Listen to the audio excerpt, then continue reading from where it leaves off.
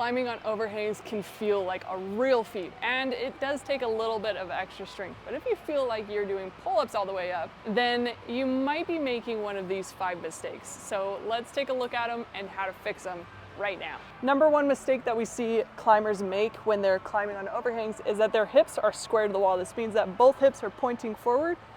For the most part, when it comes to climbing on overhangs, we actually want to get our hips into the wall so that we have more weight in our feet instead of in our grip when we do this. The second most common thing that we see climbers make is they use their arms to pull their bodies in, and that essentially is a pull-up every time you go up, do a move. Instead, try to keep the weighted arm straight and reach with the next arm. That way, you're using more of your core muscle instead of your arm muscle. Another common thing that we see climbers do is they kind of lose their feet slip off. When they slip off, oftentimes, especially if you have a little bit more weight on you, they'll pull you off of the wall, and it's really hard to recover from.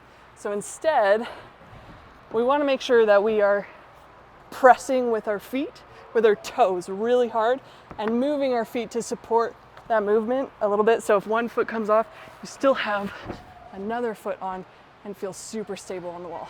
The other thing we see climbers do on overhangs is they treat it like they would a slab, and they do slow movements with open hips.